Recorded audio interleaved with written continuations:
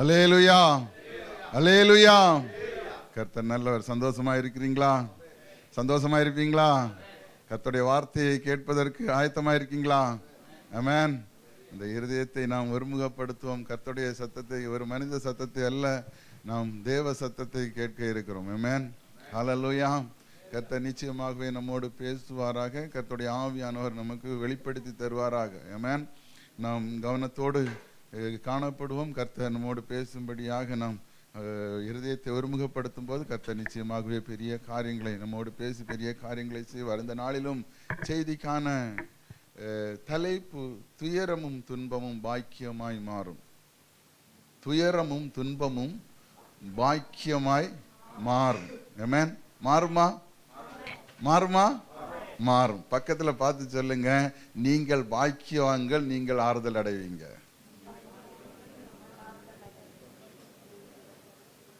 ஆமென், ஆமென், ஆமென், ஆமென். நீங்கள் பாக்கியவான்கள், நீங்கள் ஆறுதல் அடைவீர்கள். நீங்கள் பாக்கியவான்கள், நீங்கள் ஆறுதல் அடைவீர்கள். கர்த்தர் நிச்சயமாகவே இந்த நாளிலே கொடுத்த இந்த வார்த்தையின் மூலம் நம்மோடு பேசுவாராக. நிச்சயமாகவே நாம் பாக்கியவான்கள், நாம் ஆறுதல் அடைவோம். நாம் விசுவாசித்திருக்கிறோம்.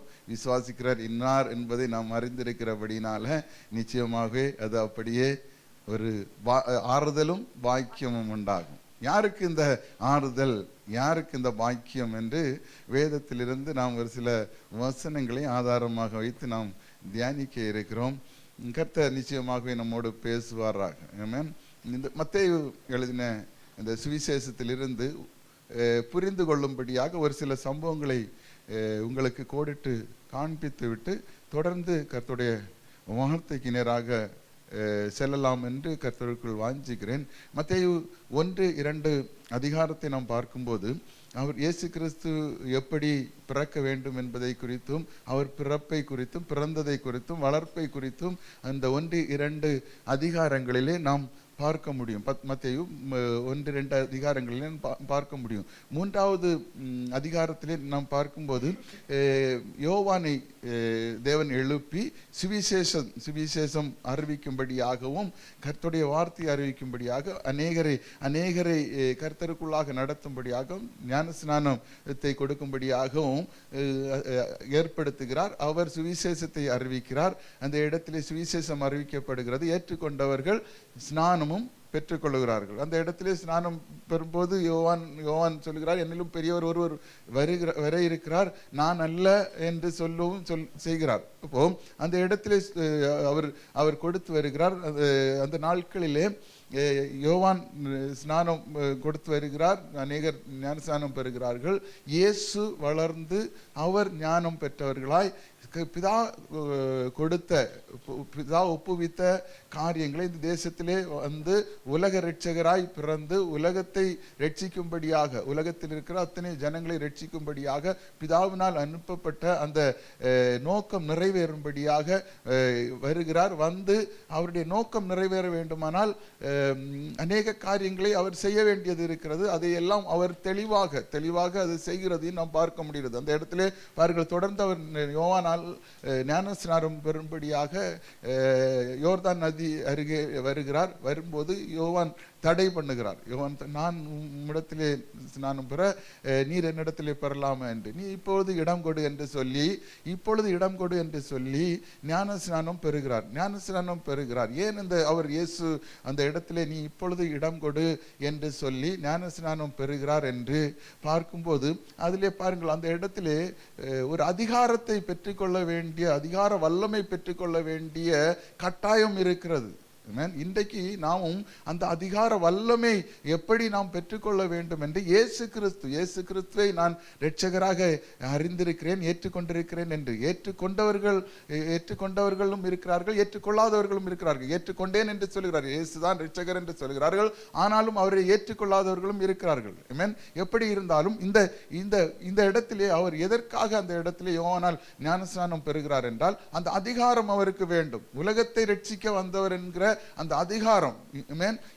எப்படி இன்றைக்கு நாம் பிள்ளை ஒரு பிறந்த பிள்ளை அதிகாரத்தோடு நம்மிடத்திலே, பெற்றோராகி நம்மிடத்திலே ஒரு பிள்ளை வந்து அதிகாரத்தோடு கேட்பதற்கான அதிகாரம் எப்படி வந்தது என்றால், ஏன் பிள்ளை என்று அவர் அறிந்திருக்கிறபடினால அவர் எதை கேட்டாலும் நான் செய்வேன் என்று நமக்கு பெற்றோராகிய நமக்கு என்ன செய்கிறது, தெரிகிறது. நாம் இது என்னுடைய பிள்ளை என்னிடத்திலே வந்து கேட்டால் நான் முடியாது, இதை என்னால் செய்ய முடியாது என்று நாம் ஒருவராலும் என்ன செய்ய முடியாது, சொல்ல முடியாது. அப்போ அந்த அதிகாரம் எப்பொழுது வருகிறது என்றால், பிள்ளையாக வேண்டும். பிள்ளையாக மாறின பிறகுதான் அந்த அதிகாரம் நமக்கு கொடுக்கப்படும். இந்த இடத்திலே பாருங்கள், அவர் ஞானஸ்நானம் பெற்ற உடனே பிதாவானவர் பிராவை போல இறங்கி அந்த இடத்திலே அவர் இறங்கி அந்த அபிஷேகத்தை வைக்கிறார். இப்பொழுது என்ன சொல்லுகிறார், இது என்னுடைய நேசகுமாரன், இவரில் நான் பிரியமாயிருக்கிறேன். எப்பொழுது அந்த நேசகுமாரன் என்று அவர் பெயர் பெறுகிறார் என்றால், அந்த ஸ்நானத்தை பெறும்போது. இன்றைக்கு அவர் ஞானஸ்நானம் எப்பொழுது பெற்றாரோ அப்பொழுதுதான் அவர் நேசகுமாரன் என்ற அந்த அதிகாரத்தை பெறுகிறார். ஆமென். அந்த நேசகுமாரன் என்ற அதிகாரம் இன்றைக்கு அநேகர் அறிவில்லாமல், அநேக ஜனங்கள், அநேக சபைகளிலே இந்த அறிவு இல்லாமல், அவர் எந்த இடத்திலே ஞானஸ்நானம் பெற்றார், எப்படி ஞானஸ்நானம் பெற்றார், அந்த ஞானஸ்நானத்திற்கான அறிவு என்ன, அதிகாரம் என்ன என்பதை அறிந்து கொள்ளாமல் இதை தள்ளி கொண்டு போகிற அநேகருடைய வார்த்தைகளை கேட்டு இன்றைக்கும் ஜனங்கள் உணர்வடையாமல் இருக்கிறார்கள். இதை கேட்டுக்கொண்டிருக்கிற ஒவ்வொருவருக்கும் தெளிவாக கர்த்தர் சொல்லுகிறார், இயேசு கிறிஸ்து எதற்காக அந்த ஞானஸ்நானத்தை பெற்றார் என்றால், பிள்ளை என்கிற ஒரு புத்திர சுவிகாரத்தை பெற்றுக் கொள்ளும்படியாக. இன்றைக்கு பிள்ளையாக நான் இருந்தேனால் நான் சுதந்திரமாய் இருப்பேன். சுதந்திரம் யாருக்கு கொடுக்கப்படும்? பிள்ளைக்கு தான் அந்த சுதந்திரம். பெற்றோராகிய நாம் பிதாவுடைய சுதந்திரம் பிள்ளையாகிய இயேசு கிறிஸ்து பெற்றுக்கொள்ள வேண்டுமானால் அதை நிறைவேற்ற வேண்டியது இருந்தது. அதை நிறைவேற்றினபடினால் தான் அந்த ஞானஸ்நானத்தை பெற்ற உடனே பிள்ளை, இவன் என்னுடைய நேசகுமாரன், அந்த அதிகாரம் கிடைக்கிறது. இன்றைக்கும் நாம் ஞானஸ்நானத்தை பெற்றுக் கொள்ளும் போது நமக்கு நம்முடைய பெயர் எழுதப்படுகிறது. எப்படி ஞானஸ்நானம் பெறுகிறோம் என்பதும் தெளிவாக இதில் கொடுக்கப்படுகிறது. அவர் போய் ஒரு தெளிப்பு ஞானஸ்நானத்தை எடுக்கவில்லை, எப்படியோ ஒரு இடத்துல போய் எடுக்கவில்லை. அவர் போய் மூழ்கி ஞானஸ்நானம் எடுத்திருக்கிறார் என்று யோர்தான் நதியிலே போய் அவர் எடுத்தார் என்பதற்கு ஆதாரம் வேதம் இருக்கிறது. வேதத்தை இன்றைக்கு நாம் அறிந்திருக்கிறோம், பார்க்கிறோம், வாசிக்கிறோம். ஆனால் இந்த அறிவு என்ன செய்யவில்லை, நமக்கு வரவில்லை என்றால் அதை இன்றைக்கு அநேகர் அதை குறித்து தெளிவாக போதிக்கவும் இல்லை. அநேக சபைகளிலே இயேசு கிறிஸ்தான் வேதம் இருக்கிறது, ஆனால் வேதத்தில் உள்ள சத்தியத்தை இன்றைக்கு மறைத்து உபதேசிக்கிறார்கள். சத்தியம் இன்றைக்கு மறைக்கப்படுகிறது. எப்படி ஆகிலும் உலகத்தில் உள்ள ஆசை ஐஸ்வர்யங்களுக்காக மட்டும் அதை முக்கியத்துவப்படுத்தி வேதத்தில் இருக்கிற அநேக சத்தியங்களை, அநேக சத்தியமான காரியங்களை மறைத்து பேசுகிறார்கள். அதனால் தான் இன்றைக்கு ரட்சிக்கப்படுகிறவர்கள், மனம் திரும்பி ரட்சிக்கப்படுகிறவர்கள் இன்றைக்கு குறைவாக காணப்படுகிறது. தெளிவாக அவர் அந்த இடத்திலே அவர் மூழ்கி ஞானஸ்நானம் எடுக்கிறார். ஞானஸ்நானம் எடுத்த உடனே அந்த அதிகாரத்தை பெற்றுக்கொள்கிறார். இன்றைக்கு அந்த அதிகாரம் நாம் மூழ்கி ஞானஸ்நானம் எடுத்த அந்த அத்தனை பேருக்கும் அந்த அதிகாரம் நமக்கு கொடுக்கப்பட்டிருக்கு. என்ன அதிகாரம்? இயேசுவின் நாமம். இயேசுவின் நாமம் யாருக்கு கொடுக்கப்படும்? பிள்ளை என்கிற அந்த நாமத்தினாலே நாம் கேட்க முடியும். இன்றைக்கு அந்த நாமத்தை பெற்றுக்கொள்ளாதவர்கள் இயேசுவின் மூலம் என்று சொல்வார்கள். இயேசுவின் மூலம் என்றால் இனி ஒருவரை வைத்து கேட்கிறது போல, இனி ஒருவரை வச்சு நாம் முறையிடுகிறது போல அவரே சொல்லி இருக்கிறார், நீ என்னுடைய பிள்ளையான. எப்படி அவர் அதிகாரத்தோடு பிதாவிடத்திலே கேட்டு பெற்றுக்கொண்டாரோ அப்படியான அதிகாரத்தை பெற்றுக்கொள்வதற்காக இது நமக்கு முக்கியமாக இருக்கிறது. பிள்ளை என்கிற நம்முடைய பெயர் ஜீவ புஸ்தகத்தில் எழுதப்பட வேண்டும். எழுதப்பட்டாலே ஒழிய எழுதப்படாமல் இருந்தால் நாம் அந்த ராஜ்யத்திலே போக முடியாது. அந்த ராஜ்யத்திலே போக வேண்டுமானால் முதலாவது நம்முடைய பெயர் எழுதப்பட வேண்டும். இது முதல் நமக்கு கொடுக்கப்பட்டிருக்கிற முதல் படி. இயேசு கிறிஸ்து இந்த ஊழியத்திற்கு வருவதற்கு முன்பாக அவர் பிதாவுடைய இருதயத்தில் இருக்கிற எல்லாவற்றையும் நிறைவேற்ற வருவதற்கு முன்பாக முதலாக அவர் செய்தது ஒரு பிள்ளை சுதந்திரமாக வேண்டும். நான் அதிகாரத்தை எனக்கு வேணும், ஒரு பெற்றோர் பிள்ளை எப்படி பெற்றோரிடத்திலிருந்து அதிகாரமாய் கேட்க முடிகிறதோ அப்படி நாம் என்ன செய்வோம்? அதிகாரத்தோடு கேட்போம். இயேசுவின் நாமத்தினாலே இது எனக்கு வேண்டும் என்று. அந்த அதிகாரம் எப்பொழுது கிடைக்கும்? நாம் எடுக்கும் போது. பிராவை போல் எப்படி அவர் அவர் அவர் அவர் இறங்கி அந்த அதிகாரத்தை கொடுத்தார் நேசகுமார் என்று, அப்படியாய் ஞானஸ்நானம் எடுக்கிற அத்தனை பேருக்கும் அந்த அதிகாரம் நமக்கு கொடுக்கப்படுகிறது. அப்போ நாம் அதன் முதல் இருந்து நாம் எப்படி கேட்போம்? இயேசுவின் நாமத்தை சொல்லி கேட்போம். இது இயேசுவின் நாமத்தினால் இது எனக்கு வேணும். அந்த அதிகாரம் நமக்கு என்ன எப்போ கொடுக்கப்படுகிறது? அந்த எப்படி இயேசு கிறிஸ்து கொடுக்கப்பட்டிருக்கிறதோ அப்படி அந்த நீதியை நிறைவேற்றும் போது நாம் ஒவ்வொருவருக்கும் கொடுக்கப்படுகிறது. ஆமென். இது தெளிவாக வேதத்திலிருந்து ஒவ்வொரு காரியங்களும் சொல்லப்பட்டிருக்கிற காரியங்கள் தான் உங்களுக்கு இந்த நாளிலே ஆவியான உணர்த்தினதை சொல்ல காதுள்ளவர்கள் கேட்க கடவன். அது தொடர்ந்து பாருங்கள். இனி கேட்கலாம். இது ஞானஸ்நானம் எடுத்து விட்டால உடனடியாக நேரே பரலோக ராஜ்யத்துக்கு போக முடியுமா என்றால் அவர் சொல்லப்பட்ட அநேக காரியங்கள் இருக்கிறது. நாம் நிறைவேற்ற வேண்டிய அநேக காரியங்கள் இருக்கிறது. தொடர்ந்து நாம் பார்க்கும்போது எப்பொழுது ஒரு பிள்ளை என்கிற புத்திரம் கிடைக்கிறதோ பெற்றோராகிய நாம் என்ன செய்வோம்? பிள்ளைகளை தண்டிப்போம். தவறாக போகும்போது, தவறாக நடக்கும்போது பிள்ளைகளை தண்டிப்போம்.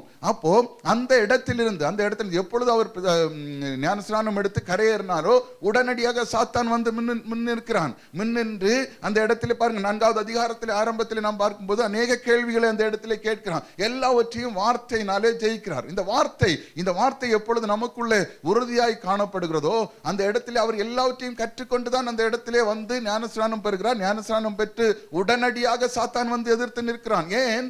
அதிகாரத்தை பெற்று விட்டான். இனி உலகத்தை ரட்சிக்க போகிறார் இவர்தான் என்பதை சாத்தான் தெரிந்து விட்டான். சாத்தான் உணர்ந்து விட்டான். எப்பொழுது நீங்களும் நானும் ஞானஸ்நானம் பெற்று அந்த அதிகாரத்தை பெற்றுக் கொள்ளுகிறோமோ அதற்கு பிற்பாடுதான் நமக்கு உபத்திரங்களும் பாடுகளும் வரும். அப்போ அந்த உபத்திரவும் பாடுகளும் எப்பொழுது அவருக்கு வந்தது என்றால் அந்த பிள்ளை என்ற புத்திர சுவீகாரத்தை பெற்றுக்கொண்ட உடனடியாக சாத்தான் வந்து நிற்கிறான். வந்து நின்று அவரை சோதிக்கும்படியாக அநேக காரியங்களை, உலக பிரகாரமான அநேக காரியங்களை, நீ இதைக்கெல்லாம் கீழ்ப்படிந்தால் நீ இதெல்லாம் நான் உனக்கு தருவேன் என்று, அதையெல்லாம் வார்த்தையினாலே சாத்தானை ஜெயிக்கிறதை நாம் பார்க்க முடியும். தொடர்ந்து நாம் பார்க்கும்போது தொடர்ந்து அவர் சாத்தானை ஜெயிக்கிறார்.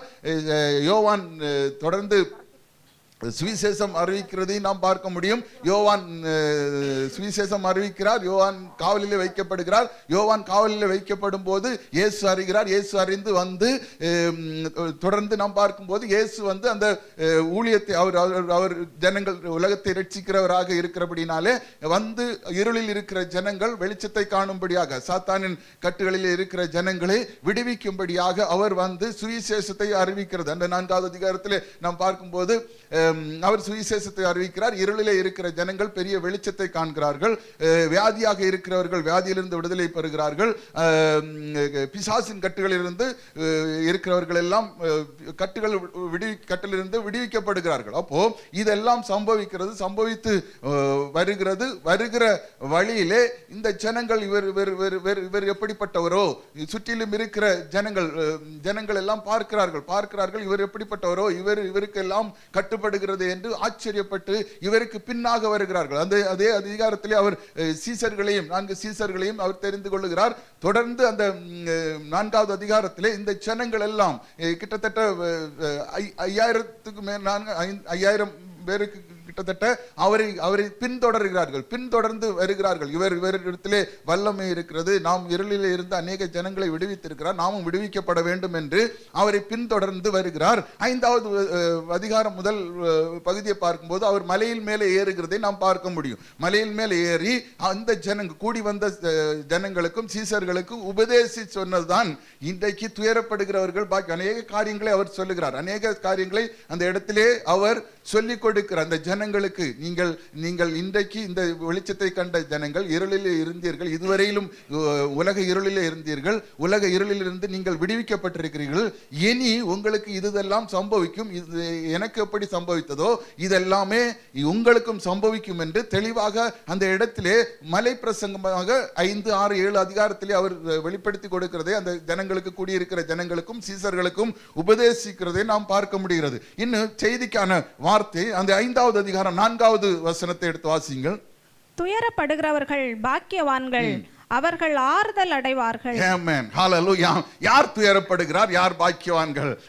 நாம் பார்த்தோம், இயேசு கிறிஸ்து எப்பொழுது அந்த நீதியை நிறைவேற்றினாரோ அப்பொழுது அவருக்கு துயரமும் துன்பமும் வந்தது. ஆனால் அதே நேரத்திலே அவர் எல்லாவற்றையும் ஜெயித்தவராய் இன்றைக்கும் உலகத்திலே எல்லாராலும் ஆச்சரிக்கப்படுகிறவராய் இன்றைக்கு பிதாவில் வலது பார்சத்திலே வீற்றிருக்கிறார். ஆனால் இந்த உலகத்திலே வந்து எல்லா துயரமும் துன்பமும் அனுபவித்து ஆறுதல் அடைந்து பாக்கியவானாய் மாற்றப்பட்டாரே. ஆனால் இன்றைக்கு அவரை ஏற்றுக்கொண்டிருக்கிற ஒவ்வொருவருக்கும் அந்த துயரமும் துன்பமும் உண்டு. துயரமும் துன்பமும் எப்படி பாக்கியமும் ஆறுதலும் பாக்கியமுமாய் மாறுமோ, நிச்சயமாக இன்றைக்கு இந்த காலை வேளையில என்னை கேட்கின்ற தேவனுடைய பிள்ளைகளை, நிச்சயமாகவே நம்முடைய வாழ்க்கையிலும் அப்படிப்பட்ட துயரமும் துன்பமும் இருக்கிறதே. ஆனால் நிச்சயமாகவே நாம் பாக்கியவான்கள், நாம் ஆறுதல் அடைவோம். ஆமென், நாம் பாக்கியவான்கள், நாம் ஆறுதல் அடைவோம். ஏன் இந்த துன்பம் துயரங்கள் இருக்கிறது என்றால் நமக்கு தெரியும், இயேசு கிறிஸ்து இதெல்லாம் எல்லாவற்றையும் அனுபவித்தவர். அதனால் தான் இந்த ஜனங்களுக்கு தெளிவாக போதிக்கிறார். இந்த உலகத்திலே நீங்கள் இருக்கிற இந்த நாட்களிலே இந்த காரியங்கள் எல்லாம் சம்பவிக்கும், தெளிவாக வெளிப்படுத்தி கொடுக்கிறார். இது ஒன்றும் ஈஸி அல்ல, ஜெயிப்பது ஈஸி அல்ல. அவர் ஜெயித்து காண்பித்ததை எல்லாரும் அறிந்து கொள்ளும்படியாக ஒவ்வொன்றாக தெளிவுபடுத்தி ஒவ்வொரு அநேக காரியங்கள் அந்த இடத்திலே சொல்லப்பட்டிருக்கிறது. இந்த காரியங்கள் எல்லாம் தெளிவாக சொல்லிக் கொடுக்கிறார் ஜனங்களுக்கு. இன்றைக்கும் இந்த வார்த்தைகள் எல்லாம் கேட்டுக்கொண்டிருக்கிற நீங்களும் நானும் பாக்கியவானாய் மாற வேண்டுமானால் இந்த உலகத்திலே அநேக துயரங்கள் துன்பங்கள் உண்டு. இந்த துயரங்களையும் துன்பங்களையும் கடந்து போய் தான் நாம் ஜெயித்து பாக்கியவானாய் மாற முடியும். எல்லாவற்றையும் ஜெயித்தவர் தான் இந்த ஜனங்களுக்கு போதிக்கிறார். இப்படிப்பட்ட பாடுகள் உபத்திரவங்கள் எல்லாம் உண்டு. நீங்கள் இதையெல்லாம் சகித்து வரும்போது நிச்சயமாகவே நீங்கள் பாக்கியமாய் காணப்படுவீர்கள். பாக்கியமும் நன்மை உண்டாகும். நிச்சயமாகவே நமக்கு துன்பம் துயரம், துயரப்படுகிறவர்கள் நிச்சயமாகவே நாம் ஒரு ஆறுதலுக்காக நாம் எதிர்பார்த்திருக்கிறது. உலக பிரகாரமான காரியத்துக்காக ஒரு ஆறுதலுக்காக நாம் எதிர்பார்ப்போம்.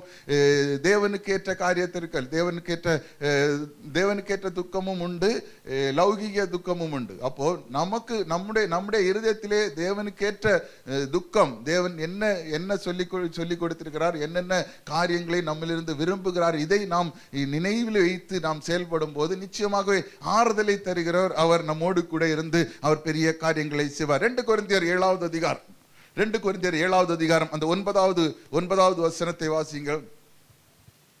இப்பொழுது சந்தோஷப்படுகிறேன், நீங்கள் துக்கப்பட்டதற்காக அல்ல, மனம் திரும்புதலுக்கு ஏதுவாக துக்கப்பட்டதற்காகவே சந்தோஷப்படுகிறேன். நீங்கள் ஒன்றிலும் எங்களால் நஷ்டப்படாதபடிக்கு தேவனுக்கேற்ற துக்கம் அடைந்தீர்களே. ஆமென், ஹல்லேலூயா. கர்த்தர் நல்லவர். ஹல்லேலூயா. நிச்சயமாக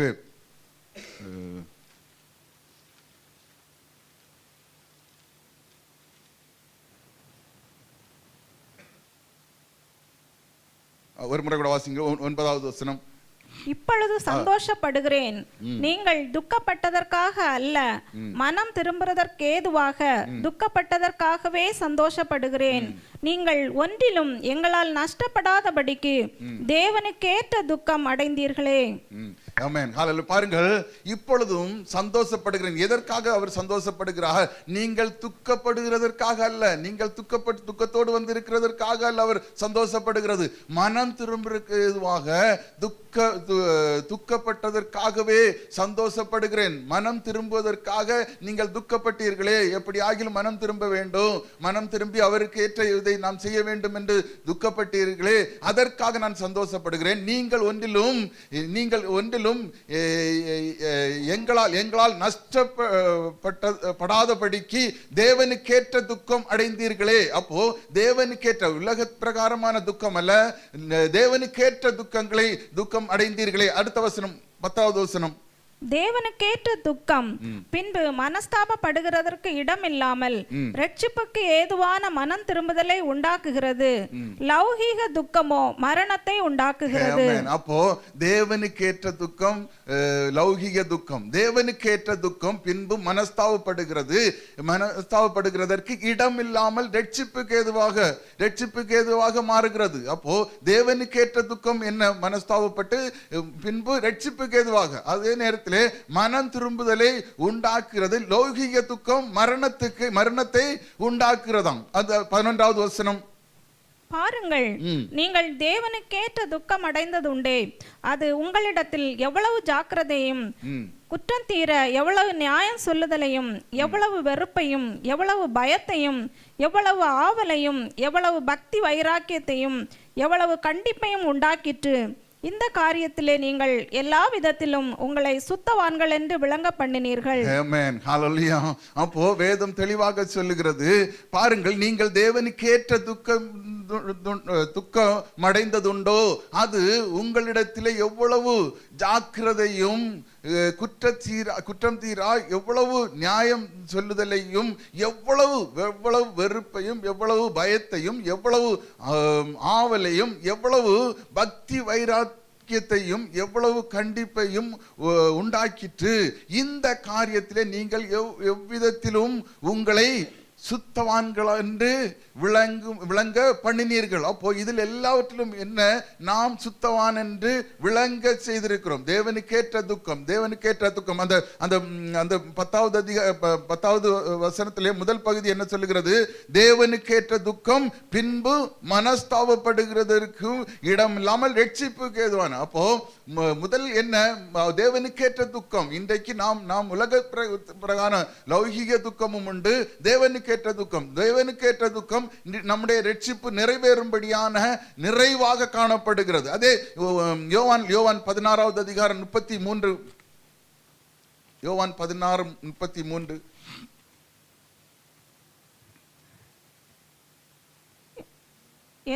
என்னிடத்தில் உங்களுக்கு சமாதானம் உண்டாயிருக்கும் பொருட்டு இவைகளை உங்களுக்கு சொன்னேன். உலகத்தில் உங்களுக்கு உபத்திரவம் உண்டு, ஆனாலும் திடன் கொள்ளுங்கள், நான் உலகத்தை ஜெயித்தேன் என்றார்.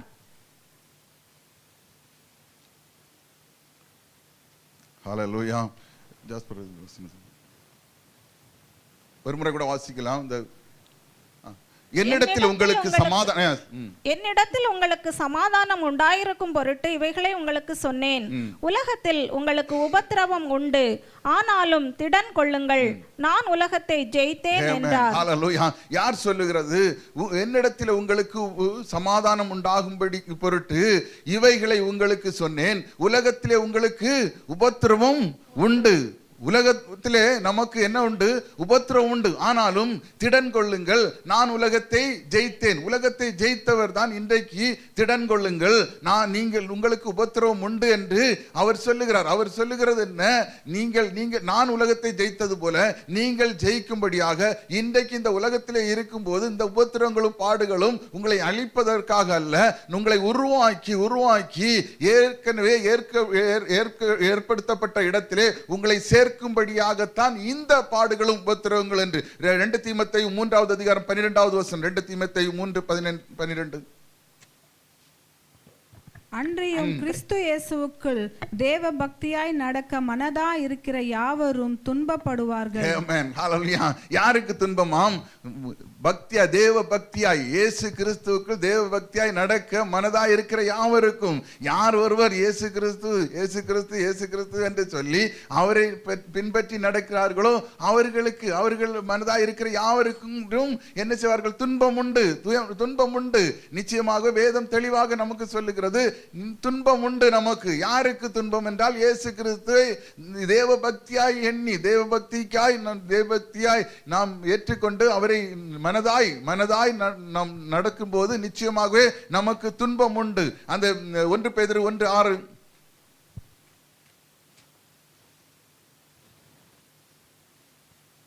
இதிலே நீங்கள் மிகவும் சந்தோஷப்படுகிறீர்கள், என்றாலும் துன்பப்பட வேண்டியது அவசியமானதால் இப்பொழுது கொஞ்ச காலம் பலவிதமான சோதனைகளினாலே துக்கப்படுகிறீர்கள். ஆமென், ஹல்லேலூயா. இதிலே நீங்கள் மிகவும் சந்தோஷப்படுகிறீர்கள். எதிலே சந்தோஷப்படுகிறீர்கள்? ஏனென்றால் துன்பப்பட வேண்டியது அவசியமானதால் இப்பொழுது கொஞ்ச காலம் தான் நமக்கு பாடுகள் என்ன இருக்கிற கொஞ்ச காலம் தான். நாம் இனி அவருடைய நாட்களிலே நாம் மிகவும் சந்தோஷமாய் இருக்கும்படியாக இந்த பூமியிலே கொடுக்கப்பட்ட கொஞ்ச காலம் தான். இப்பொழுது கொஞ்ச கொஞ்ச காலம் பலவிதமான சோதனைகளினாலே துக்கப்படுகிறீர்கள். அப்போ இன்றைக்கு படுகிற இந்த துக்கம் சந்தோஷமாய் மாறும். இயேசு கிறிஸ்து சொல்கிறார், உங்கள் துக்கம் சந்தோஷமாய் மாறும். அவர் சொன்னாரேயானால் அது அப்படியே என்ன செய்யும், சம்பவிக்கும். அப்போஸ்தலர் 14:22. சீஷருடைய மனதை திடப்படுத்தி விசுவாசத்திலே நிலைத்திருக்கும்படி அவர்களுக்கு புத்தி சொல்லி, நாம் அநேக உபத்திரவங்களின் வழியாய் தேவனுடைய ராஜ்யத்தில் பிரவேசிக்க வேண்டும் என்று சொன்னார்கள். ஆமென். ஹல்லேலூயா. யாருக்கும் புத்தி சொல்லுகிறார்? சீஷருடைய மனதை திடப்படுத்துகிறார். இன்றைக்கு ஒரு திடப்படுத்துதல், ஒவ்வொரு இன்றைக்கு பாரத்தோடு வந்திருக்கிற ஒவ்வொருவரையும் திடப்படுத்தும்படியாக இன்றைக்கு சீஷர்களுடைய இருதயத்தை திடப்படுத்துகிறார். துன்பத்தோடு துயரத்தோடு வந்து நிற்கிற சீசர்களுடைய இருதயத்தை திடப்படுத்தி விசுவாசத்திலே நிலைத்திருக்கும்படிக்கு. ஏனென்றால் அந்த பிரச்சனைகள் போராட்டங்கள் வரும்போது விசுவாசத்தை விட்டு அநேகர் விலகி போகிறார்கள். அந்த விசுவாசத்தை விட்டு விலகி போகாதபடிக்கு அவர்களை திடப்படுத்தி விசுவாசத்திலே நிலைத்திருக்கும்படி செய்கிறார். விசுவாசத்தில் நிலைத்திருக்கும்படி செய்து அவர்களுக்கு புத்தி சொல்லுகிறார். இன்றைக்கு நாம் அப்படிப்பட்ட உபத்திரவங்கள் வழியாக கடந்து போய் கொண்டிருக்கிறோமானால் இயேசு சொல்லுகிறார், இப்படிப்பட்ட உபத்திரவங்கள் உண்டு, அந்த விசுவாசத்திலே நீங்கள் விசுவாசத்தில் நிலைத்திருங்கள் என்று எப்படி சீசர்களுக்கு சொன்னாரோ இன்றைக்கும் உங்களுக்கும் எனக்கும் அதே தேவன் தான் சொல்லிக் கொண்டிருக்கிறார். விசுவாசத்திலே நிலைத்திருங்கள். அவர்களுக்கு புத்தி சொல்லி நாம் அநேக உபத்திரவங்களின் வழியாய் தேவனுடைய ராஜ்யத்தில் பிரவேசிக்க வேண்டும் என்று சொன்னார்கள். அப்போ அநேக உபத்திரவத்தின்படிதான் எப்படி இயேசு கிறிஸ்து அநேக உபத்திரவங்களின் வழியாய் போய் இருக்கிறாரோ அப்படியா இன்றைக்கு நம்முடைய வாழ்க்கையிலும் அப்படிப்பட்ட உபத்திரவங்கள் உண்டு. உபத்திரவங்கள் எதற்காக என்றால் நம்மை அழிப்பதற்கல்ல, நாம் ஜெயித்து ஜெயமெடுத்து முன்னேறும்படியாக. அதே சங்கீதம் 34:19.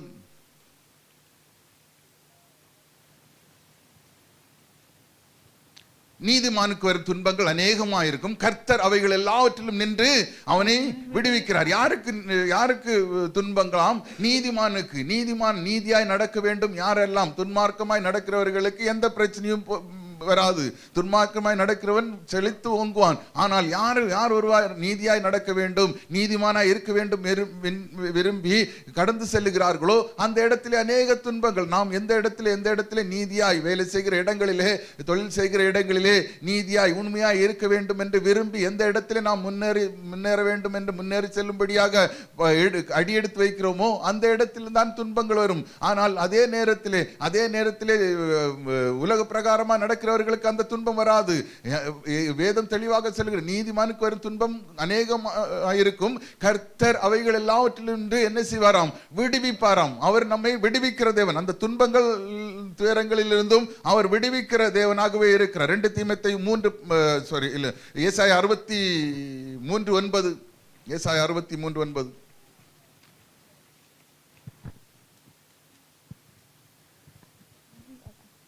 அவர்களுடைய எல்லா நெருக்கத்திலும் அவர் நெருக்கப்பட்டார். அவருடைய சமூகத்தின் தூதனானவர் அவர்களை ரட்சித்தார். அவர் தமது அன்பின் நிமித்தமும் தமது பரிதாபத்தின் நிமித்தமும் அவர்களை மீட்டு பூர்வ நாட்களெல்லாம் அவர்களை தூக்கி சுமந்து வந்தார். ஆமென், ஆமென், ஆமென், ஆமென். ஹல்லேலூயா. பாருங்க, நம்முடைய துன்பங்களையும் துயரத்தையும் பார்த்து கொண்டிருக்கிற தேவன் அல்ல நாம் ஆராதிக்கிற தேவன். வேதம் தெளிவாக சொல்கிறது, அவர்களுடைய எல்லா நெருக்கத்திலும் அவர் நெருக்கப்பட்டாராம். ஹல்லேலூயா. எப்படிப்பட்ட தகப்பன் யார் உண்டு? ஹல்லேலூயா. நாம் ஆராதிக்கிற தேவன் எவ்வளவு நல்ல தகப்பன் பாருங்கள். அவர் நம்முடைய நெருக்கங்களை பார்த்து அவர் பார்த்து கொண்டு சும்மா இருக்கிற தேவன் அல்ல. நாம் உடைந்த உள்ளத்தோடு நாம் இந்த இடத்திலே காணப்படுவேனால் அவர் சந்தோஷமாய் மகிழ்ச்சியா இருக்கிறவர் அல்ல. இன்றைக்கு அவர்களுடைய எல்லா நெருக்கத்திலும் அவர் நெருக்கப்பட்டார். அவருடைய சமூகத்திலே தூதனானவர் அவர்களை இரட்சித்தார். அவர்கள் தமது அன்பின் நிமித்தம் தமது பரிசுத்தத்தின் நிமித்தமும் அவர்களை மீட்டு பூர்வ நாட்களில் எல்லாம் அவர்களை தூக்கி சுமந்தாராம். இன்றைக்கு ஹல்லேலூயா அப்படிப்பட்ட துயரத்தோடு துன்பத்தோடு இருக்கிறவர்களை நான் தூக்கி சுமப்பேன் என்று சொல்லுகிறார். ஆமென். அப்படியே தூக்கி சுமக்கிற தேவன் தான் நாம் ஆராதிக்கிற தேவன். ஹல்லேலூயா. அந்த ஏசாயா 53:4 வசனம். மெய்யாகவே அவர் நம்முடைய பாடுகளை ஏற்றுக்கொண்டு நம்முடைய துக்கங்களை சுமந்தார். நாமோ அவர் தேவனால் அடிபட்டு வாதிக்கப்பட்டு சிறுமைப்பட்டவர் என்று எண்ணினோம். ஆமென், ஹல்லேலூயா. நமக்காகத்தான் எல்லா பாடுகளையும் சுமந்தார். மெய்யாகவே அவர் நம்முடைய பாடுகளை ஏற்றுக்கொண்டு நம்முடைய துக்கங்களை சுமந்தார். நாம் பாடுபடக்கூடாது என்பதற்காக அவர் பாடுபட்டார், அவர் துக்கப்பட்டார். ஆனால் நாமோ ஹல்லேலூயா அப்படி நாம் அவரை அறியவில்லை. நாம் இன்றைக்கும் வேதனைப்படுத்தி கொண்டிருக்கிறோம், அவரை துக்கப்படுத்தி கொண்டிருக்கிறோம். எந்த சூழ்நிலையில் ஆகிலும் அப்படிப்பட்ட சூழ்நிலைகள் வரும்போது நிச்சயமாக இந்த வார்த்தைகள் எல்லாம் நமக்குள்ளே ஆணி பாய்ந்த இது போல நமக்கு இருதயத்திலே இருக்க வேண்டும். எனக்காக பாடுபட்டவர் ஒருவர் இருக்கிறார், எனக்காக துன்பப்பட்டவர் ஒருவர் இருக்கிறார், ரட்சிக்கும்படியாக எல்லாவற்றையும் ஏற்றுக்கொண்டு சுமந்து தீர்த்தவர் ஒருவர் இருக்கிறார். நம்முடைய துக்கங்களை சுமந்தார். நாமோ அவர் தேவனால் அடிபட்டு ஆதிக்கப்பட்டு சிறுமைப்படுத்தப்பட்டவர் என்று எண்ணினோம். அப்படி அல்ல. இது எல்லாமே நமக்காக, இந்த பாடுகள் உபத்திரங்கள் எல்லாமே யாருக்காக? நாம் ஒவ்வொருவருக்காகவும் பட்டார். நாம் துக்கப்படக்கூடாது, நாம் சிறுமைப்பட்டு போய்விடக்கூடாது, நாம் துன்பத்திலே இருக்கக்கூடாது, நமக்கு ஒரு ஆறுதல் தர வேண்டும், நமக்கு ஒரு இளைப்பாறுதல் தர வேண்டும் என்பதற்காகத்தான் எல்லாவற்றையும் ஏற்றுக்கொண்டார். எல்லாவற்றையும் ஏற்றுக்கொண்டவர் தான் இன்றைக்கு சீசர்களுக்கும் கூடி வந்த ஜனங்களுக்கும் எப்படி சொல்லிக் கொடுத்தாரோ இன்றைக்கும் கர்த்தருடைய ஆவியானவர் அதுதான் ஒவ்வொருவருக்கும் பேசிக் கொண்டிருக்கிறார். ஆமென். தொடர்ந்து பாருங்கள், நன்மையாக இந்த துயரம் துக்கம் எல்லாம் நன்மையாய் மாறும். ஒன்றாவது ரோமர் 8வது அதிகாரம் 28வது வசனம். ரோமர் 8:28. அன்றியும் அவருடைய தீர்மானத்தின்படி அழைக்கப்பட்டவர்களாகிய தேவனிடத்தில் அன்பு கூறுகிறவர்களுக்கு சகலமும் நன்மைக்கு ஏதுவாக நடக்கிறதென்று அறிந்திருக்கிறோம். ஆமென், ஹல்லேலூயா. அன்றியும் அவருடைய தீர்மானத்தின்படி அழைக்கப்பட்டவர்களாய் தேவனிடத்தில் அன்பு கூறுகிறவர்களுக்கு சகலமும் நன்மைக்கு ஏதுவாக நடக்கிறது என்று அறிந்திருக்கிறோம். அப்ப எது நடந்தாலும் இது நன்மைக்காக, இது என்னை அழிப்பதற்காக அல்ல, இது எனக்கு நன்மையை தரும்படியாக என்று இன்றைக்கு அப்படிப்பட்ட சூழ்நிலையிலே துக்கத்தோடு பாரத்தோடு காணப்படுகிற தேவனுடைய பிள்ளைகளை நிச்சயமாகவே இந்த பாடுகளும் துக்கங்களும் நிச்சயமாகவே நம்மை அழிப்பதற்கல்ல, நம்மை அழித்து போடுவதற்கல்ல, நம்மை உருவாக்குவதற்காக, நம்மை விளங்க செய்யும்படியாக கர்த்தர் நிச்சயமாக வேதத்தில் அநேகர் இப்படிப்பட்ட பாடுகளுக்குள்ளாக போயிருக்கிறார்கள். அநேகரை குறித்து நாம் பார்க்க முடியும். யோசேப்பு சகோதரர்கள் நிமித்தம் துக்கப்பட்டார், துயரப்பட்டார். முடிவு என்ன நடந்தது? தன் சொந்த சகோதரர்களை ஆதியாகமம் 50வது அதிகாரம் 20வது வசனத்தை, ஆதியாகமம் 50:20. நீங்கள் எனக்கு தீமை செய்ய நினைத்தீர்கள், தேவனோ இப்பொழுது நடந்து வருகிறபடியே வெகு ஜனங்களை உயிரோடே காக்கும்படிக்கு அதை நன்மையாக முடிய பண்ணினார். அப்போ எதற்காக அந்த துன்பங்கள்? பாருங்கள், சொந்த சகோதரர்கள் நிமித்தம் வந்த பாடுகள், உபத்திரங்கள், துன்பங்கள். ஆனால் அந்த இடத்திலே எல்லாமே அதே யோசேப்பை சொல்லுகிறார், நீங்கள் எனக்கு தீமை செய்தீர்கள், நீங்கள் தீமை செய்தீர்கள். தேவனோ இப்பொழுது நடந்து வருகிறபடியே வெகு ஜனங்களை உயிரோடே காக்கும்படிக்கு அதை நன்மையாக, அன்றைக்கு அவரை அழித்து போடும்படியாக திட்டம் போட்டார்கள். ஆனால் அநேக ஜனங்களை உயிரோட காக்கும்படியாக அந்த துன்பமும் துயரமும், அப்படிப்பட்ட துயரமும் துன்பமும் பார்வோனுடைய அரண்மனையிலே அவ்வளவு ஒரு பெரிய ஒரு பதவியிலே போய் இருந்தாரே. ஆனால் அவர் பட்ட உபத்திரவங்களும் பாடுகளும் இன்றைக்கும் அப்படிப்பட்ட ஒரு உபத்திரவங்களுக்குள்ளாக கடந்து போகிறோம் என்றால் நமக்காக தேவன் வைத்திருக்கிற, நமக்காக ஆயத்தம் பண்ணி வைத்திருக்கிற அந்த ஒரு பெரிய உன்னதமான ஒரு இடத்தை நாம் சுதந்திரிக்கும்படியாக என்பதை நாம் மறந்து போகாதபடிக்கு நான் நினைவில் வைத்து இந்த நாளிலே இந்த துயரமும் துன்பமும் என்னை அழித்து போடுவதற்கல்ல, என்னை உன்னத இடங்களிலே கொண்டு போய் எப்படி அந்த பார்வோனின் அரண்மனையிலே கொண்டு உட்கார வைத்தாரோ அப்படிப்பட்ட ஒரு உன்னதமான இடத்திலே என் தேவன் என்னை கொண்டு வைப்பார் என்று எத்தனை பேர் இந்த காலை வேளையில் சொல்ல முடியும்? நிச்சயமாகவே ஆவது சம்பவிக்கும். துயரப்பட்டு கொண்டிருக்கிற ஒவ்வொருவருக்கும் அது சம்பவிக்கும். கர்த்தர் நிச்சயமாகவே அப்படிப்பட்ட ஒரு உன்னத இடங்களில் வைக்கும்படியாக, உன்னத இடங்களில் நாளிலே உட்கார வைக்கும்படியாகத்தான் இந்த நாளிலே அந்த துயரமும் துன்பமும் வழியாக கடந்து போய் கொண்டிருக்கிறீர்கள் என்று மறந்து போய்விடக்கூடாது. நிச்சயமாக நம் வேதத்திலே நமக்கு தெரியும், தாவீது ஆடுகளை மேய்த்து கொண்டிருந்த தாவீது எவ்வளவோ நெருக்கப்பட்டார். அவர் ஆடுகளை மேய்த்து கொண்டிருக்கும் போது ஒரு முறை சிங்கம் கரடி வந்தது, கோலியாத் வந்தான், சவுல் எதிர்த்து நின்றான். இதெல்லாமே அவருடைய வாழ்க்கையிலே சம்பவித்த காரியங்கள். இன்றைக்கு நாம் இந்த உலகத்திலே இருக்கிற நமக்கு இப்படிப்பட்ட ஒவ்வொரு மனித ரூபத்திலே அநேகர் எழும்பி வரும். சிங்கம் வரும், கரடி வரும், கோலியாத் வரும், ஏன் சவுல் வருவார். இப்படிப்பட்ட அநேகர் எழும்பி வருவார்கள் நமக்கு எதிராக. நமக்கு தெரியாது எங்கிருந்து எந்த யார் மூலமாக வருகிறது என்று. தாவீது சொல்கிறார், இப்படிப்பட்ட நான் மாடுகளை மேய்த்துக் கொண்டிருக்கும் போது இப்படிப்பட்ட எதிராளிகள் எல்லாம் எழும்பி வந்தார்கள். ஆனால் அதையெல்லாம் ஜெயித்து ஜெயமாய் நிறுத்தின கர்த்தர் இஸ்ரவேல் ஜனங்களை ஆளும்படி இதெல்லாம் ஜெயிக்கும்படியாக இந்த சோதனையில் இருந்தெல்லாம் ஜெயித்த தாவீதை 40 ஆண்டு இஸ்ரவேலை அரசாளும்படியாக கொண்டு அரண்மனையிலே உட்கார வைக்கும்படியாகத்தான் இந்த வனாந்தர வாழ்க்கை, இந்த பாடுகளும் என்பதை நாம் மறந்து போய்விடக்கூடாது. இந்த பாடுகளும் உபத்திரவங்களும் எதற்காக அந்த தாவீது அனுபவித்தார் என்றால் அந்த அரண்மனையிலே அவர் உட்காரும்படியாக, நிச்சயமாகவே அப்படிப்பட்ட ஒரு உன்னத இடங்களிலே அவர் உட்கார வைக்கும்படியாகத்தான் இந்த பாடுகள். நிச்சயமாகவே இன்றைக்கு அப்படிப்பட்ட துயரமும் துக்கமுமாய் இருக்கிற ஒவ்வொருவரையும் பார்த்து கர்த்தர் சொல்லுகிறார், உங்களுக்கு இந்த துயரமும் துன்பமும் உங்களை அழிப்பதற்கல்ல, நிச்சயமாகவே நீங்கள் பாக்கியவானாய் மாறும்படியாக, ஒரு ஆறுதலை உண்டாக்கும்படியாகத்தான் இந்த துக்கமும் துயரமும் என்பதை நாம் மறந்து போய்விடக்கூடாது. இரண்டாவதாக அவர் எதற்காக இந்த துயரம் துன்பம் என்றால் பொன்னாக விளங்க செய்யும்படியாக. நமக்கு தெரியும் யோபுடைய வாழ்க்கையில் ஆரம்பத்தில் 1வது அதிகாரத்தில் நாம் பார்க்கும்போது எல்லாமே இருந்தது, எல்லாமே இழக்க நேர்ந்தது. சாத்தானால் எல்லாவற்றையும் உத்தரவு கேட்டுக்கொண்டுதான் உத்தமன் சன்மார்க்கன் என்று நாம் வேதத்தில் பார்க்கிறோம். அப்படிப்பட்ட ஒரு யோபுடைய வாழ்க்கையிலே வந்த நெருக்கங்கள், பாடுகள், துயரங்கள், துன்பங்கள், யார் எந்த உலகத்திலே எந்த மனிதனும் அவ்வளவு உத்தமமாய் நிற்க முடியாது. அவ்வளவு இழப்புகளும் அவ்வளவு பாடுகளும் வந்தது, எல்லாமே இழக்க நேர்ந்தது. ஆனாலும் அந்த உத்தமத்தை அந்த யோபு 1வது அதிகாரம் அந்த 22 வசனம், நிர்வாணியாய் என் தாயின் கற்பத்திலிருந்து வந்தேன், நிர்வாணியாய் அவ்விடத்திற்கு திரும்புவேன். கர்த்தர் கொடுத்தார், கர்த்தர் எடுத்தார், கர்த்தருடைய நாமத்திற்கு ஸ்தோத்திரம் என்று சொல்லுகிறான். யார் இந்த நாளில் அது சொல்ல முடியும்? நிச்சயமாகவே அப்படி ஒருவரும் சொல்ல முடியாது. இன்றைக்கு நாம் ஒரு சின்ன ஒரு இழப்பு வந்தாலே நாம் என்ன செய்கிறோம்? முறுமுறுக்கிறோம், உத்தமத்தை விட்டு விடுகிறோம், உத்தமத்தை விட்டு நாம் உத்தமத்திலிருந்து பின்மாறி போகிறோம். ஆனால் அந்த இடத்திலே அவ்வளவு உத்தமமாய் நின்று எல்லாராலும் பகைக்கப்பட்ட, எல்லாராலும் கைவிடப்பட்ட கூட இருந்தவர்கள், ஏன் சொந்த மனைவரையிலும் தூசித்து ஜீவனை விடும் என்று சொன்னார். ஆனால் இதில் இருந்த எல்லாவற்றிலும் அவர் உத்தமத்தை காத்து கொண்டதனாலே எதெல்லாம் இழந்தாரோ அவருக்கு வந்த துன்பங்கள் துயரங்கள் எல்லாம் மாறும்படியாக அவர் இழந்ததை எல்லாம் இரட்டிப்பான நன்மையாய் மாற்றி கொடுத்தார் கர்த்தர். இன்றைக்கு அப்படிப்பட்ட சூழ்நிலையிலே இன்றைக்கும் இந்த சத்தத்தை கேட்டுக்கொண்டிருக்கிற தேவனுடைய பிள்ளைகளே, எதெல்லாம் இழந்தீர்களோ, எதெல்லாம் இழக்க நேரிட்டதோ, கர்த்தரை அறிந்த ஒவ்வொருவருக்கும் கர்த்தர் நிச்சயமாக தீர்க்கமாய் பேசுகிறார். கர்த்தர் நிச்சயமாகவே எதெல்லாம் இழந்தீர்களோ அதை எல்லாமே இரட்டிப்பான நன்மையாய் யோபுடைய வாழ்க்கையில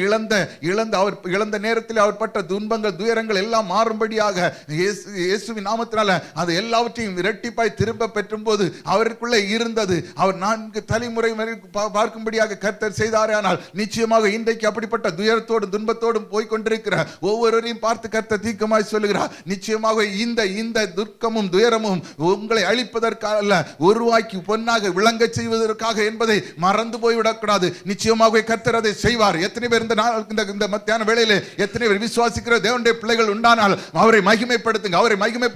நிச்சயமாக அவர் செய்வார். துன்பம் துயரமும் மாறும். அவர் பாக்கியவானாய் மாற்றும்படியாகத்தான் இந்த காலை வேளையில, இந்த மத்தியான வேளையில அவர் தீர்க்கமாய் பேசிக் கொண்டிருக்கிறார். துன்பமும் துயரமும் வருகிறதே, ஆனால் நிச்சயமாக உங்களை அழிப்பதற்காக அல்ல, உங்களை உருவாக்கி உங்களை பொன்னாக விளங்க செய்வதற்காக கர்த்தர் நிச்சயமாக அவர் சொன்னாரே. ஆனால் அவர் நிச்சயமாக அவர் செய்வார். நிச்சயமாக கர்த்தர் பெரிய காரியங்களை அவர் செய்ய போகிறார். நிச்சயமாக விசுவாசிக்கிற தேவனுடைய பிள்ளைகளே, கர்த்தர் நிச்சயமாக இந்த நாளிலே தீர்க்கமாய் பேசிக் கொண்டிருக்கிறார். கர்த்தர் உங்களுடைய வாழ்க்கை எல்லாவற்றையும் அறிந்து கொண்டிருக்கிறார். கர்த்தருக்காக உத்தமமாய் நிற்கிற ஒவ்வொரு இருதயங்களை அறிகிற கர்த்தர், இருதயத்தின் இயக்கங்களை அறிகிற கர்த்தருக்காக எதையாக செய்ய வேண்டும் என்று உத்தம ஸ்தம்பமாய் நிற்கிற ஒவ்வொருவருக்கும் இன்றைக்கு இழந்து போனது எல்லாவற்றையும், இழந்து போன எல்லாவற்றையும், இழந்து போன எல்லா நன்மையும் இரட்டிப்பாய் திரும்ப தருவேன் என்று கர்த்தர் தீர்க்கமாய் பேசுகிறார். கர்த்தர் நிச்சயமாகவே அதை செய்வார். ஆமென். ஹல்லேலூயா, ஹல்லேலூயா. எபிரேயர் 12வது அதிகாரம் 2வது வசனம்.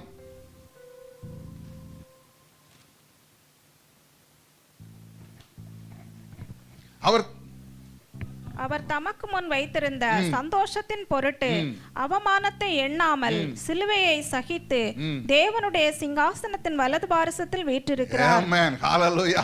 அவர் தமக்கு வைத்திருந்த சந்தோஷத்தின் பொருட்டு அவமானத்தை எண்ணாமல், அவமானத்தை எண்ணாமல் சிலுவையை சகித்து வந்த பாடுகளை எல்லாம் சகித்தார். சகல பாடுகளையும் சகித்ததுனால எப்படி யோபு சகித்தாரோ அப்படியாய் அவர் சகித்ததுனால தேவனுடைய சிங்காசனத்தின் வலது பாரிசத்திலே வீற்றிருந்தார். இன்றைக்கு அப்படிப்பட்ட பாடுகளை, உபத்திரவங்களை வழியாய் போகிறவர்களுக்கு வைத்திருக்கிற ஒரு சிங்காசனம் இருக்கிறது. அதை நாம் மறந்து போய்விடக்கூடாது.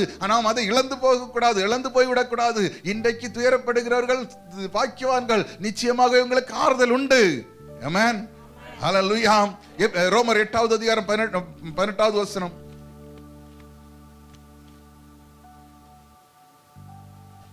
ஆதலால் இக்காலத்து பாடுகள் இனி நம்மிடத்தில் வெளிப்படும் மகிமைக்கு ஒப்பிடத்தக்கவைகள் அல்லவென்று எண்ணுகிறேன். ஹல்லேலூயா, ஹல்லேலூயா.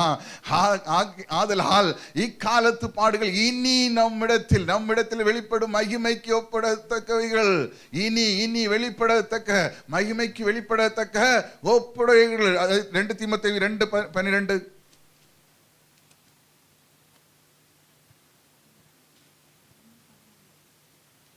அவரோட கூட பாடுகளை சகித்தோமானால் அவரோட கூட ஆளுகையும் செய்வோம். நாம் அவரை மறுதலித்தால் அவரும் நம்மை மறுதலிப்பார். ஆமென். ஹல்லேலூயா, ஹல்லேலூயா. வேதம் தெளிவாக சொல்லுகிறது, அவரோட கூட நாம் பாடுகளை சகித்தோமானால் அவரோட கூட ஆளுகையும் செய்வோம். நாம் ஆளுகை செய்ய வேண்டுமா? ஹல்லேலூயா. மறுதலிக்கப்பட போகிறோமா? ஹல்லேலூயா. பாருங்கள், தெளிவாக வேதம் சொல்லுகிறது, நாம் அவரை மறுதலித்தால் அவரும் நம்மை மறுதலிப்பார். ஹல்லேலூயா. நாம் அவரோடு கூட இருக்கிற இந்த உலகத்தில் இருக்கிற நாட்களிலே அவரோடு கூட அந்த பாடுகள் அவரை அனுமதிக்காமல் எதுவுமே நம்முடைய வாழ்க்கையிலே வராது. எதெல்லாம் அனுமதித்தாரோ அது மட்டுமே நமக்கு வரும். ஹல்லேலூயா. யோபுக்கு வந்த பாடுகளும் உபத்திரவங்கள் கர்த்தர் அறியாமல் வந்ததல்ல, கர்த்தர் அனுமதித்த காரியமே. ஹல்லேலூயா. அதே நேரத்திலே அவருடைய மனைவிக்கு அந்த பாடுகளும் உபத்திரவங்களும் வரவில்லை.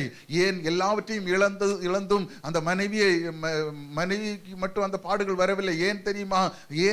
அவர் இணைக்கும் போது யாருடைய விழாவிலிருந்து எடுத்து உருவாக்கினாரோ அதே விழா அதே ஒன்றாக இணைக்கப்படுகிறது. மனிதன் தனிமையாக இருப்பதல்ல என்று துணையை ஏற்படுத்தினார். ஒரே சரீரமாக, இருவரும் ஒரே சரீரமாக இருக்கிறது. இப்படினாலே யோபுக்கு வந்த பாடுகள் உபத்திரவங்கள் எல்லாம் தன் மனைவிக்கும். ஏனென்றால் அவர் ஒரே சரீரம், 2 பேரும் ஒரே சரீரமாக இருக்கிறார்கள். அப்போ இதெல்லாமே அனுமதிக்கப்பட்டது எதற்காக என்றால் நிச்சயமாகவே முடிவிலே விளங்க செய்யும்படியாகத்தான். ஹல்லேலூயா. அப்படியாய் அவரோடு கூட பாடுகளை சகித்தோமானால் அவரோட கூட ஆளுகையும் செய்வோம். ஆமென். அவரோடு கூட இன்றைக்கு நாம் பாடுகளை சகித்து கொண்டிருக்கிறோமானால் நிச்சயமாகவே ஆளுகை நமக்கு உண்டு. ஹல்லேலூயா. 3வதாக ஆனந்த தைலத்தின் அபிஷேகம். ஏசாயா 61:3 வசனம். ஆனந்த தைலத்தின் அபிஷேகம். சீயோனிலே துயரப்படுகிறவர்களை சீர்படுத்தவும் அவர்களுக்கு சாம்பலுக்கு பதிலாக சிங்காரத்தையும் துயரத்திற்கு பதிலாக ஆனந்த தைலத்தையும் ஒடுங்கின ஆவிக்கு பதிலாக துதியின் உடையையும் கொடுக்கவும் அவர் என்னை அனுப்பினார். அவர்கள் கர்த்தர் தம்முடைய மகிமைக்கென்று நாட்டின நீதியின் விருட்சங்கள் என்னப்படுவார்கள். கர்த்தர் மகிமைக்கென்று நாட்டின நீதியின் விருட்சங்கள் என்னப்படுவார்கள். இன்றைக்கு ஹல்லேலூயா. சீயோனிலே துயரப்பட்டுக் கொண்டிருக்கிறீர்களா? சீயோனிலே துயரப்பட்டுக் கொண்டிருக்கிறீர்களா? நிச்சயமாக அவர்கள் சாம்பலுக்கு பதிலாக சிங்காரத்தையும் துயரத்துக்கு பதிலாக ஆனந்த தைலத்தையும் ஒடுங்கின ஆவிக்கு பதிலாக ஹல்லேலூயா துதியின் உடையையும் கொடுக்கவும் அவர் என்னை அனுப்பினார். அவர் அனுப்பினது குந்த குமாரனை அனுப்பி நிச்சயமாக இப்படிப்பட்ட நிலைமையில இருக்கிற ஒவ்வொருவரையும் விடுவிக்கும்படியாக அவர்கள் கர்த்தர் தம்முடைய மகிமைக்கென்று நாட்டின நீதியின் விருட்சங்கள் என்னப்படுவார்கள் என்று வேதம் சொல்லுகிறது. ஆனால் நிச்சயமாக இன்றைக்கு அப்படிப்பட்ட துயரத்திலே இருக்கிற ஒவ்வொருவரையும் பார்த்து கர்த்தர் சொல்கிறார், உங்களுக்கு ஒரு நாள் உண்டு, நீதியின் விருட்சங்கள் எண்ணப்படும்படியாக அப்படிப்பட்ட ஒரு நீதியின் விருட்சத்தை உங்களுக்கு தருவேன் என்று சொல்லுகிறார் கர்த்தர். நிச்சயமாகவே அதை அவர் செய்து நிறைவேற்றுவார். ஹல்லேலூயா. யோவான் 15வது அதிகாரம் 11வது வசனம். என்னுடைய சந்தோஷம் உங்களில் நிலைத்திருக்கும்படிக்கும் உங்கள் சந்தோஷம் நிறைவாய் இருக்கும்படிக்கும் இவைகளை உங்களுக்கு சொன்னேன். ஹல்லேலூயா. அவருடைய சந்தோஷம் உங்களில் நிலைத்திருக்கும்படிக்கும், என்னுடைய சந்தோஷம் உங்களில் நிலைத்திருக்கும்படிக்கும் உங்கள் சந்தோஷம் நிலைத்திருக்கும்படிக்கு இவைகளை உங்களுக்கு சொன்னேன் என்று. ஹல்லேலூயா. நிச்சயமாகவே நாம் சந்தோஷப்பட வேண்டும், நாம் மகிழ்ந்திருக்க வேண்டும் என்பதை தான் அவர் விரும்புகிறார். ஹல்லேலூயா. அது ஒன்றுதான் அவர் விரும்புகிறார். அது ரோமர் 14:17, ரோமர் 14வது அதிகாரம் 17வது வசனம். தேவனுடைய ராஜ்யம் புசிப்பும் குடிப்பும் அல்ல, அது நீதியும் சமாதானமும் பரிசுத்த ஆவியினால் உண்டாகும் சந்தோஷமுமாய் இருக்கிறது. ஆமென். ஹல்லேலூயா. எப்படிப்பட்டதா தேவனுடைய ராஜ்யம் புசிப்பும் குடிப்பும் அல்ல. நாம் இந்த நாளிலே புசித்து குடித்து சந்தோஷமாய் இருக்கிறோம், ஆனால் அந்த சமாதானத்தை இழந்து இருக்கிறோம். ஆனால் நிச்சயமாக அவருடைய ராஜ்யம் எப்படிப்பட்டதாக இருக்கிறது? புசிப்பும் குடிப்பும் அல்ல, அது நீதியும் சமாதானமும் பரிசுத்த ஆவியினால் உண்டாகும் சந்தோஷமாய் இருக்கிறது. பரிசுத்த ஆவி அந்த இடத்தில் அந்த நாட்களிலே எப்பொழுதும் துதியும் சந்தோஷமும் மகிழ்ச்சியுமாகத்தான் இருக்கும். தேவனுடைய ராஜ்யத்திற்காக இன்றைக்கு நாம் படுகிற பிரயாசங்களும் துன்பங்களும் எல்லாமே அந்த தேவனுடைய ராஜ்யத்திலே நாம் எப்படிப்பட்டவர்களாய் சமாதானமும் சந்தோஷமாய் இருக்கும்படியாகத்தான் இந்த பாடுகளும் உபத்திரங்கள் என்பது நாம் மறந்து போகாதபடிக்கு இதையெல்லாம் நாம் சகிப்போமானால் நிச்சயமாகவே ஒரு நாள் நம்மை சேர்க்கும்படியாக அவர் வருவார். நிச்சயமாகவே அந்த துயரமும் துக்கமும் மாறி பாக்கியவானாய் மாறுவோம். ஹல்லேலூயா. அது எதற்காக இந்த துயரம் என்று நான்காவதாக நாம் பார்ப்போமானால், நாம் பிரமாணங்களை கற்றுக்கொள்ளும்படியாக. இந்த நாளிலே அப்படிப்பட்ட துயரங்கள் துக்கங்கள் எதற்காக அதிகமாய் நமக்கு வருகிறது என்றால், அவருடைய பிரமாணங்களை இன்னும் நாம் அதிகமாய் கற்றுக்கொள்ளும்படியாக. 119வது சங்கீதம் 71வது வசனம். நான் உபத்திரவப்பட்டது எனக்கு நல்லது, அதனால் உமது பிரமாணங்களை கற்றுக்கொள்கிறேன். ஆமென். ஹல்லேலூயா. எதற்காக இந்த உபத்திரவங்களாம்? அவருடைய பிரமாணங்களை கற்றுக்கொள்ளும்படியாக. பல நேரங்களில் பல கேள்விகள் எழும்பும் போது, சில நேரங்களில் நாம் அதிக தேவனை விட்டு தூரம் போய் அவருடைய பிரமாணங்களை நாம் அறியாதவர்களைப் போல இருக்கும் போது, அந்த பிரமாணங்களை கற்றுக்கொள்ளும்படியாக சில பாடுகள் வழியாய் கொண்டு வந்து அமர வைப்பார், உட்கார வைப்பார். கற்றுக்கொள்ளும்படியாக அவருடைய பிரமாணங்களை கற்றுக்கொள்ளும் உட்கார வைக்கும் போது, ஏன் இந்த உபத்திரவம் பாடுகள் என்று நாம் கேள்வி கேட்கும் போது, இப்படிப்பட்ட நிலைமையில சூழ்நிலை கொண்டு வந்து அவர் கற்றுத்தருவார். நான் உபத்திரவப்பட்டது எனக்கு நல்லது, அதனாலே உமது பிரமாணங்களை கற்றுக்கொண்டேன். அப்போ உபத்திரவம் எதற்காக என்றால் அவருடைய பிரமாணங்களை கற்றுக்கொள்ளும்படியாக. அது 4வது வசனம், 119 4வது வசனம். உமது கட்டளைகளை நாங்கள் கருத்தாய் கைக்கொள்ளும்படி நீர் கற்பித்தீர். ஆமென். எதற்காக கற்பிக்கிறார்? உமது கட்டளைகளை நாங்கள் கருத்தாய் கைக்கொள்ளும்படி. அவர் கொடுத்த கட்டளைகள், எவ்வளவோ கட்டளைகள் இருக்கிறது. இதெல்லாம் நாம் என்ன செய்ய வேண்டுமாம்? கருத்தாய் கைக்கொள்ளும்படியாகத்தான். அதே 50வது வசனம். அதுவே என் சிறுமையில் எனக்கு ஆறுதல், உம்முடைய வாக்கு என்னை உயிர்ப்பித்தது. ஆமென். ஹல்லேலூயா. அந்த வார்த்தை எப்படிப்பட்டதாக இருக்கிறதாம்? அதுவே என் சிறுமையின் எனக்கு ஆறுதல். நான் இப்ப சிறுமைப்பட்டிருக்கிற அந்த வார்த்தையை தந்து எனக்கு ஆறுதலை அளிக்கிறார். அந்த வார்த்தையை நாம் எடுக்கும் போதே, வார்த்தையை தியானிக்கும் போதே, அந்த வார்த்தையை வாசிக்க நமக்கு என்ன செய்கிறது? ஆறுதல். இதற்காக நாம் கற்றுக்கொள்ளும்படியாக உம்முடைய வாக்கு என்னை உயிர்ப்பிக்கிறது. பல நேரங்களிலே வேத வசனங்களை வாசிக்கும் போது அந்த வசனம் நம்ம கோடிட்டு காட்டி அந்த இடத்திலே அதிகமாய் நம்மை நிறுத்தி தியானிக்க வைக்கும். அப்போ அந்த இடத்துல அப்படிப்பட்ட தியானிக்கும் போது நமக்கு தெரியாமலே உள்ளுக்குள் ஆனந்தம் உண்டாகும். இருதயத்துக்குள்ளே ஒரு மகிழ்ச்சி வரும். மகிழ்ச்சி வரும்போது நாம் பூமியில இருக்கிறவர்களாக அல்ல, நாம் உயிர்ப்பிக்கப்பட்டவர்களாய் நாம் நிற்கிறதை நாம் உணர முடியும். அப்படிப்பட்ட அந்த உணர்வு வரும்படியாகத்தான், அப்படிப்பட்ட உணர்வை பெற்றுக்கொள்ளும்படியாகத்தான் அந்த பிரமாணங்களை கற்றுக்கொண்டு இருக்கும்படியாகத்தான் அந்த துயரமும் துன்பமும். அதே 67வது வசனம். நான் உபத்திரவப்படுவதற்கு முன் வழி தப்பி நடந்தேன், இப்பொழுதோ உம்முடைய வார்த்தையை காத்து நடக்கிறேன். ஹalleluya. எதற்காக நான் உபத்திரவப்படுவதற்கு, இப்படிப்பட்ட உபத்திரவம் வருவதற்கு முன்பாக வழி தப்பி நடந்தேன். வழி தப்பி நடந்ததினால் தான் இந்த உபத்திரவத்தில் வழி தப்பி நடந்தேன். இப்பொழுதோ உம்முடைய வார்த்தையை காத்து நடக்கிறேன். ஹalleluya. அப்போ உபத்திரவம் வந்தது, துன்பம் வந்தது, நல்லது. அதனால என்ன நடந்தது? அவருடைய வார்த்தை நமக்கு கிடைத்தது. அந்த வார்த்தையிலே ஜீவன் இருக்கிறது, அந்த வார்த்தையிலே வல்லமை இருக்கிறது. நம்மை உயிர்ப்பிக்க வல்லமை உள்ள வார்த்தை தான் நாம் தியானித்துக் கொண்டிருக்கிற ஒவ்வொரு வார்த்தையும். நிச்சயமாகவே அது நம்மை அழிப்பதற்காக அல்ல, நம்மை உருவாக்குவதற்காக, உருவாக்கி நம்மை நிறுத்துவதற்காக. ஹalleluya. அதே வெளிப்படுத்தல் 21வது அதிகாரம் 4வது வசனம். கர்த்தருடைய கரம், அவருடைய கண்ணீர் யாவையும் தேவன் துடைப்பார், இனி மரணம் இல்லை. யாருக்கு? அந்த பிரமாணங்களை கற்றுக்கொண்டவர்களுக்கு, பிரமாணங்களை கட்டளைகளை கை கொண்டவர்களுக்கு என்ன இல்லையாம்? அவருடைய கண்ணீர் யாவையும் தேவன் துடைப்பார், இனி மரணம் இல்லை, துக்கம் இல்லை, அலறுதலும் இல்லை, வருத்தமும் இல்லை, முந்தினவைகள் ஒளிந்து போயின என்று விளம்பினது. ஹல்லேலூயா. ஹல்லேலூயா. அந்த பிரமாணங்களை கற்றுக்கொள்ளுகிறவர்களுக்கு பாருங்கள், தெளிவாக வேதம் சொல்லுகிறது, இனி துக்கம் இல்ல, அலறல் இல்ல, வருத்தம் இல்ல, முந்தினைகளை எல்லாமே ஒளிந்து போன, இதுக்கு முன்பாக இருந்த பாடுகள், உபத்திரவங்கள் எல்லாம் ஒளிந்து போகிறது. ஏன்? பிரமாணங்களை கற்றுக்கொண்டேன். பிரமாணங்கள் இனி நடத்த போகிறது யாரு? அவருடைய வார்த்தை, அவர் நம்மை நடத்துவார். அப்போ அந்த பிரமாணங்களை கற்றுக்கொள்ளும்படியாகத்தான் இதெல்லாமே நமக்கு சம்பவித்தது. அது யோவான் 14வது அதிகாரம் 18-19 வசனம்.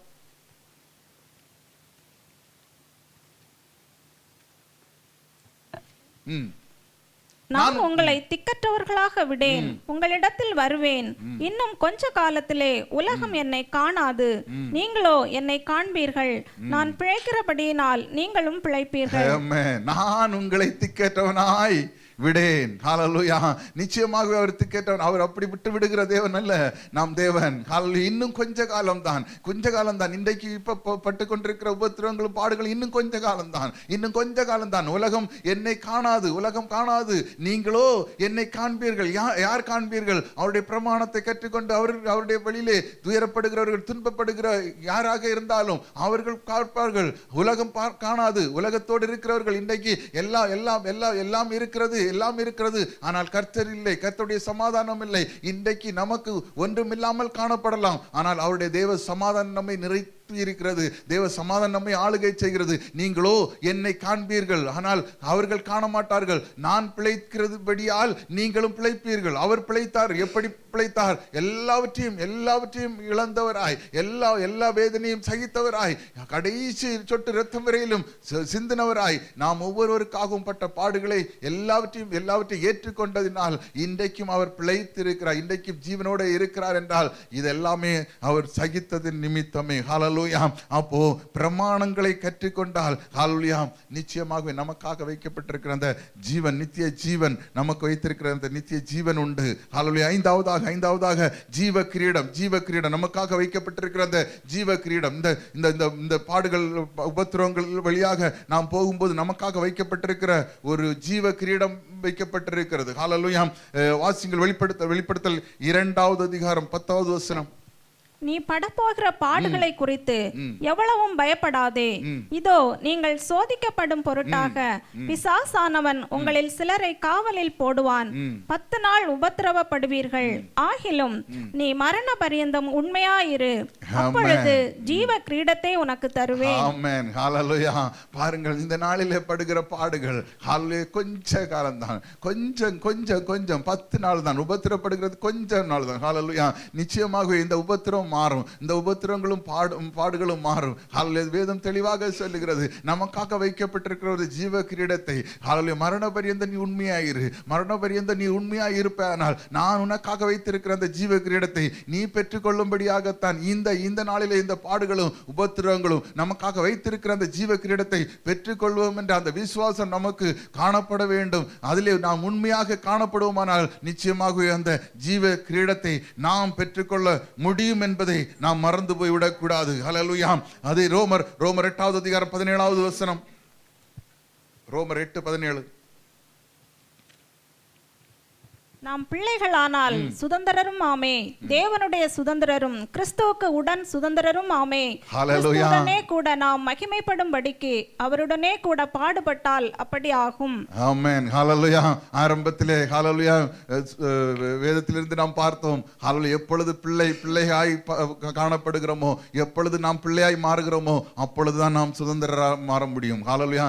எப்பொழுது அந்த நீதியை நிறைவேற்றினாரோ அப்போ அவர் பிள்ளையாய் மாறினார். அவருக்கு எல்லா பிதாவிடத்துக்கு இருந்தது எல்லாவற்றையும் சுதந்திரவாளியாய் மாறினார். இன்றைக்கும் இந்த சத்தத்தை கேட்டுக்கொண்டிருக்கிற தேவனுடைய பிள்ளைகளே, இதுவரையிலும் அந்த பிள்ளை என்கிற அந்த சுதந்திரத்தை பெறாமல் இருந்தால் நிச்சயமாக இந்த நாளிலே தீர்க்கமாய் கர்த்தர் பேசிக் கொண்டிருக்கிறார். ஒப்புக்கொள்ளுங்கள். அந்த பிள்ளை என்கிற சுதந்திரம் நமக்கு எப்பொழுது கிடைக்கிறதோ அப்பொழுதுதான் நமக்கு அந்த அதிகாரமும் நமக்கு கிடைக்கிறது. நாம் பிள்ளைகளானால் சுதந்திரமே, நாம் பிள்ளைகளான பிறகுதான் நமக்கு அந்த சுதந்திரம் கிடைக்கும். அந்த சுதந்திரத்தை பெற்றுக்கொள்ளாதவர்கள் இன்றைக்கு தீர்க்கமாய் கர்த்தர் பேசிக் கொண்டிருக்கிறார். நிச்சயமாக அந்த சுதந்திரத்தை பெற்றுக்கொள்ளுங்கள். நிச்சயமாக அந்த சுதந்திரம் நமக்கு வேண்டும். சுதந்திரம் எதற்காக? தேவனுடைய சுதந்திரம் கிறிஸ்துவுக்கு உடன் சுதந்திரராம கிறிஸ்துவுடன் கூட நாம் மகிமைப்படும்படிக்கு அவருடனே கூட பாடுபட்டால் அப்படி ஆகும். ஹalleluya. அவரோடு கூட அந்த மகிமைப்படும்படியாக. அந்த அடுத்த வசனத்தை எடுங்க, 18. ஆதலால் இக்காலத்து பாடுகள் இனி நம்மிடத்தில் வெளிப்படும் மகிமைக்கு ஒப்பிடத்தக்கவைகள் அல்லவென்று எண்ணுகிறேன். ஆமென். ஹalleluya. இந்த காலத்து பாடுகள், ஹalleluya, இந்த காலத்து பாடுகள் இனி நம்மிடத்தில் வெளிப்படுகிற மகிமைக்கு நமக்கு வெளிப்பட இருக்கிற மகிமைக்காக, ஹalleluya, தீமைக்காக அல்ல, மகிமைக்காக ஒப்பிடப்பட்டவைகளே. ஹalleluya. நிச்சயமாக அந்த மகிமைக்காகவே இந்த காலத்து பாடுகள் மகிமையிலே நம்மை கொண்டு சேர்க்கும்படியாகத்தான் வேதம் தெளிவாக சொல்லுகிறது. நமக்கு வைத்திருக்கிறதை நாம் பெற்றுக்கொள்ளும்படியாக, நமக்கு வைத்திருக்கிற அந்த சுதந்திரத்தை, பாலும் தேனும் ஓடுகிற ஒரு கானானை நாம் சுதந்திரிக்கும்படியாக, கட்டாததை நடாததையும் நாம் சுதந்திரிக்கும்படியாக அவர் ஆயத்தம் பண்ணி வைத்திருக்கிறதை நாம் சுதந்திரிக்கும்படியாகத்தான் இந்த காலத்து பாடுகள், இந்த கொஞ்ச காலத்து பாடுகளை நாம் உதறி தள்ளிவிட்டு உலகம் போகிற போக்கிலே நாம் போகவே ஆனால் நிச்சயமாகவே அதை நாம் இழந்து போவோம். நாம் இழந்து போகாதபடிக்கு இந்த பாடுகளை நாம் சகிப்போம். ஆனால் நிச்சயமாகவே உலகத்திலே உபத்திரவங்கள் உண்டு. ஆனால் உலகத்தை ஜெயித்தவர் நம்மோடு கூட இருக்கிறார். நிச்சயமாகவே அவர் ஒரு நாளும் நம்மை தள்ளிவிடுகிற தேவன் அல்ல, நம்மை ஜெயமாய் மாற்றுகிற தேவன். அந்த 36வது வசனம். கிறிஸ்துவின் அன்பை விட்டு நம்மை பிரிப்பவன் யார்? உபத்திரவமோ, வியாகுலமோ, துன்பமோ, பசியோ, நிர்வாணமோ, நாசமோ, பட்டினியோ, ஹalleluya, பட்டயமோ, ஹalleluya.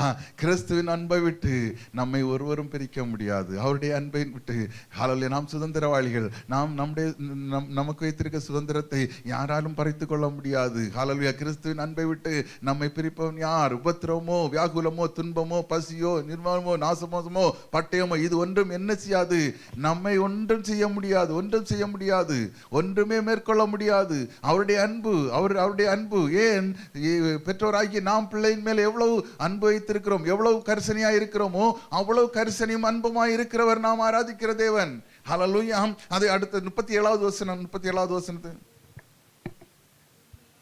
இவை எல்லாவற்றிலேயும் நாம் நம்மில் அன்பு கூறுகிறவராலே முற்றும் ஜெயம் கொள்ளுகிறவர்களாய் இருக்கிறோமே. இதில் எல்லாவற்றிலும் நாம் எப்படி கொள்ளுகிறோம்? நாம் நம்மில் அன்பு கூறுகிறவராலே முற்றும் ஜெயம் கொள்ளுகிறவர்களாய் இருக்கிறோம். ஹalleluya. எல்லாவற்றையும் நாம் ஜெயம் கொள்ளுகிறோம், ஜெயிப்போம் என்ற அந்த விசுவாசம் நமக்கு காணப்பட வேண்டும். ஏன்? அவர் இதெல்லாமே நமக்காகத்தான் செய்திருக்கிறார், இதெல்லாமே எனக்காகத்தான் செய்திருக்கிறார். இதிலே நான் ஜெயம் எடுக்க வேண்டும், ஜெயித்து நான் அவர் வைத்திருக்கிறதை நாம் சுதந்திரிக்க வேண்டும் என்ற அந்த ஏக்கம் நமக்கு எப்பொழுதும் காணப்பட வேண்டும். ஹalleluya. யாக்கோபு 1:12 அப்போஸ்தலனாகிய பவுல் சொல்லும்போது, சோதனையை சகிக்கிற மனுஷன் பாக்கியவான், அவன் உத்தமன் என்று விளங்கின பின்பு கர்த்தர் தம்மிடத்தில் அன்பு கூறுகிறவர்களுக்கு வாக்குத்தத்தம் பண்ணின ஜீவ கிரீடத்தை பெறுவான். ஹalleluya, ஹalleluya. சோதனையை சகிக்கிற மனுஷன் பாக்கியவான், அவன் உத்தமன் என்று விளங்கின பின்பு. ஹalleluya. எப்படி யோபு உத்தமன் என்று விளங்கின பிறகுதான் அவர் உத்தமன் என்று. எல்லாவற்றிலும் பல கேள்விகள் கேட்டார், பல கேள்விகள் அவருடைய இதயத்திலிருந்து, நான் எதிலாகிலும் குறைபட்டு ஏதாவது தீமை செய்திருக்கிறேன், யாருக்காவது ஏதாவது செய்திருக்கிறேன் என்று பல கேள்விகளை கேட்டார். ஆனால் எல்லாவற்றிலும் உத்தமம் என்று அறிந்த பிறகு அவனுக்காக கொடுக்கப்பட்டது எல்லாவற்றையும் இழந்ததை எல்லாம் திரும்ப கொடுத்தார். இன்றைக்கு பாருங்கள், அப்படி சோதனையை சகிக்கிற மனுஷன் பாக்கியவன், அவன் உத்தமன் என்று விளங்கின பின்பு தம்மிடத்திலே அன்பு கூறுவர்களுக்கு வாக்கு தத்தம் பண்ணின ஜீவ கிரீடம், நமக்காக வாக்கு தத்தம் பண்ணப்பட்டிருக்கிற, ஒவ்வொருவருக்காகவும் ஆயத்தம் பண்ணப்பட்டிருக்கிற ஒரு ஜீவ கிரீடம் நமக்கு வைக்கப்பட்டிருக்கிறது. அந்த உத்தமன் என்று கண்டால் நிச்சயமாகவே நமக்கு அது தெரிவிக்கப்படும். அந்த ஜீவ கிரீடத்திற்காக நாம் ஏங்குவோம். ஆளலே பிலிப்பியர் 1:23.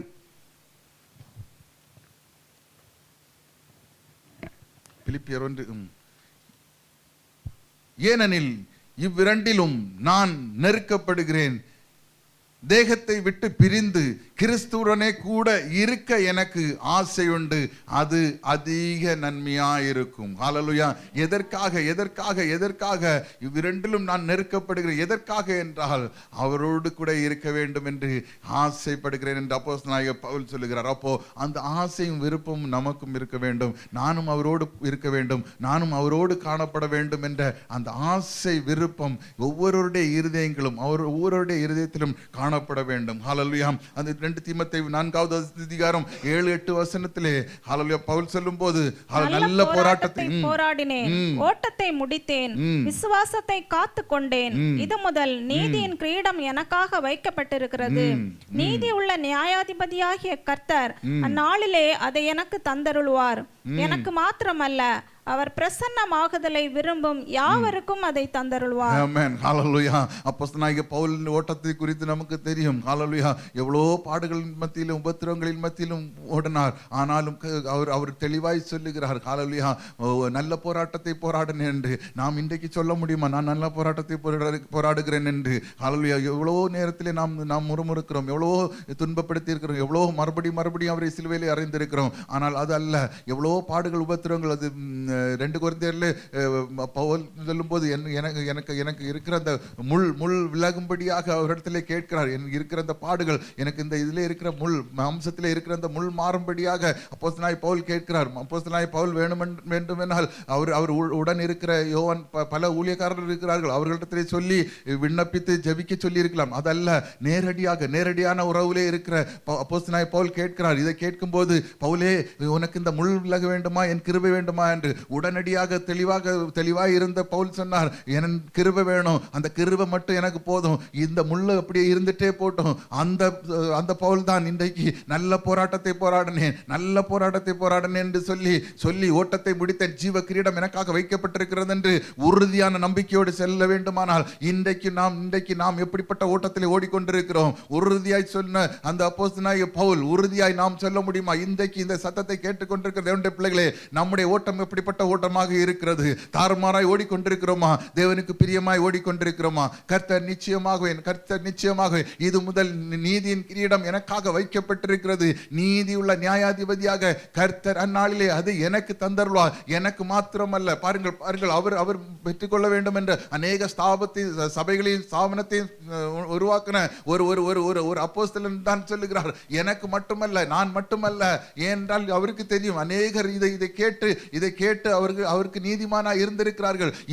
நான் மட்டுமல்ல, இதை விரும்புகிற, எனக்கு மாத்திரமல்ல, அவர் பிரசன்னமாகுதலை விரும்புகிற யாவருக்கும் அதை தந்தருள்வார் என்று உறுதியாய் சொல்லுகிறார். உறுதியாய் சொல்ல வேண்டுமானால் நிச்சயமாக அப்படிப்பட்ட உபத்திரங்களுக்குள்ளும் பாடுகளுக்கும் போய்கொண்டிருக்கிற ஒவ்வொருவருக்காக கர்த்தர் வைத்திருக்கிற ஒரு நீதியின் கிரீடம் இருக்கிறது. அந்த நீதியின் கிரீடம் நமக்கு வரும். நிச்சயமாக அந்த நீதியின் கிரீடத்திற்காக நாம் எதிர்பார்ப்போடு ஒரு ஆவலோடு காணப்படுவோமானால் நிச்சயமாகவே இது இந்த பாடுகளும் உபத்திரவங்களும் நம்மை அழித்து போடுவதற்காக அல்ல, நம்மை அழைத்த தேவன் அழைத்த இடத்தில் கொண்டு சேர்க்கும்படியாக, எந்த இடத்திலே கொண்டு சேர்க்க வேண்டுமோ அந்த இடத்திலே கொண்டு சேர்க்கும்படியாகத்தான் என்பதை நாம் மறந்து போய்விடக்கூடாது. அதான் அவர் சொன்னார், உலகத்திலே உபத்திரவங்கள் உண்டு, நான் உலகத்தை ஜெயித்தேன் என்று. அந்த உலகத்திலே உபத்திரவத்தை பட்டவர் தான் இன்றைக்கு தீர்க்கமாய் சொல்லுகிறார், உலகத்திலே இருக்கிற நமக்கு உபத்திரவங்கள் உண்டு.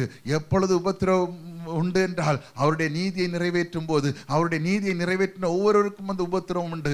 ஆனால் அந்த உபத்திரவங்களின் மத்தியிலும் அவர் உலகத்தை ஜெயித்து இன்றைக்கும் சிங்காசனத்தில் வீற்றிருக்கிறார். ஆனால் அந்த சிங்காசனம் நமக்காக ஆயத்தப்பட்டிருக்கிற அந்த இடத்திலே நாமும் போய் சேர வேண்டும் என்பதற்காகத்தான் வேதத்திலே தெளிவாய் அந்த சீசர்களுக்கும் கூடியிருந்த ஜனங்களுக்கும் அவர் சொல்லிக் கொடுத்தார்.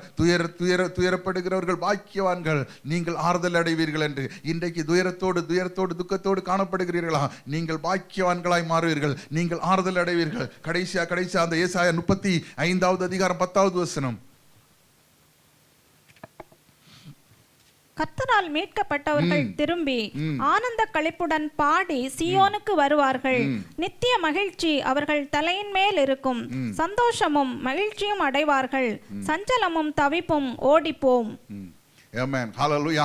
யார் ஆனந்த களிப்புடன் வருவார்களாம்? கர்த்தரால் மீட்கப்பட்டவர்கள் திரும்பி ஆனந்த களிப்புடன் பாடி சீயோனுக்கு வருவார்கள். நித்திய மகிழ்ச்சி அவர்கள் தலையின் மேல் இருக்கும். சந்தோஷம் மகிழ்ச்சி அவர்கள் சஞ்சலமும் தவிப்பும் ஓடி போகும். ஹல்லேலூயா.